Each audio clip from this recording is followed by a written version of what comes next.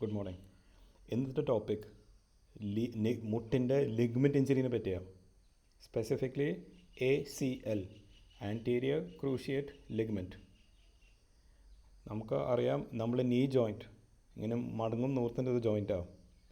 മുമ്പിലേക്കും അല്ലെങ്കിൽ ബാക്കിലേക്ക് പോകാൻ പാടില്ല, സൈഡ് ടു സൈഡ് ആക്ഷനും ഇല്ല. ACL പറഞ്ഞ ലിഗ്മെൻറ്റ് പോയാൽ നമ്മളെ താഴത്തെ എല്ല് മുമ്പിലേക്ക് പോകാൻ തുടങ്ങും. സോ നടക്കുമ്പോൾ എന്താ പറ്റുക, ഇതിങ്ങനെ ചാടിക്കൊണ്ടിരിക്കും. ഒരയുമേ ഡാമേജ് കൂടിക്കൊണ്ടിരിക്കും, തേയ്മാനങ്ങൾ വരാൻ തുടങ്ങും ജോയിൻറ്റിൽ. സോ ഒരു ACL, anterior cruciate ligament injury വന്നാൽ ട്രീറ്റ്മെൻറ്റ് എന്തായാലും ഉറപ്പാണ്. പെട്ടെന്ന് സ്റ്റെയർ ഇറങ്ങാൻ പറ്റില്ല, സ്ലിപ്പാവും. പെട്ടെന്ന് ഓടിയാൽ, ഫോർ എക്സാമ്പിൾ ബസ് വന്നിട്ട് പെട്ടെന്ന് ഓടിയാൽ സ്ലിപ്പാവും. സോ ACL ഇഞ്ചുറി പേഷ്യൻ്റ് വീഴാൻ നല്ല സാധ്യതയുണ്ട്. നൗ യൂഷ്വലി ഇതിൻ്റെ ഏജ് അനുസരിച്ചാണ് ട്രീറ്റ്മെൻറ്റ് പോവുക.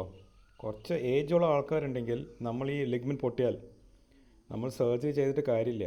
കാരണം ഓൾറെഡി തേയ്മാനങ്ങളുണ്ട് ജോയിൻറ്റിൽ. ഒരു തേയ്മാനമുള്ള ജോയിൻറ്റിൽ ലിഗ്മെൻറ്റ് ശരിയാക്കിയാൽ പ്രത്യേകിച്ച് ബെനിഫിറ്റ് ഇല്ല.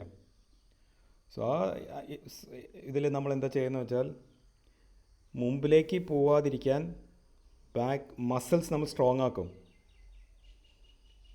സോ ഹാംസ്ട്രിങ്സ് പറഞ്ഞ മസിലുണ്ട്, നമ്മൾ ലെഗ് ബോൺ, നമ്മൾ താഴത്തെ എല്ലിൽ പിടിപ്പിക്കുന്ന മസിൽസാണ്. അത് സ്ട്രോങ് ആക്കിയാൽ മുമ്പിലേക്ക് പോകുന്ന പകരം അത് ബാക്കിലേക്ക് പോകും. യൂഷ്വലി പ്രായമുള്ള ആൾക്കാർക്ക്, കുറച്ച് ഏജുള്ള ആൾക്കാർക്ക്, ആക്ടിവിറ്റി കുറഞ്ഞ ആൾക്കാർക്ക് ഇത് മതിയാവും, പ്രോബ്ലംസ് ഉണ്ടാവാറില്ല. ബട്ട് കുറച്ച് ആക്റ്റീവ് ഏജ് ഗ്രൂപ്പ് ആണെങ്കിൽ ആ ലിഗ്മെൻറ്റ് നമ്മൾ റീകൺസ്ട്രക്റ്റ് ചെയ്യണം. അത് ഞാൻ വേറൊരു വീഡിയോയിൽ പറയാം. Thank you.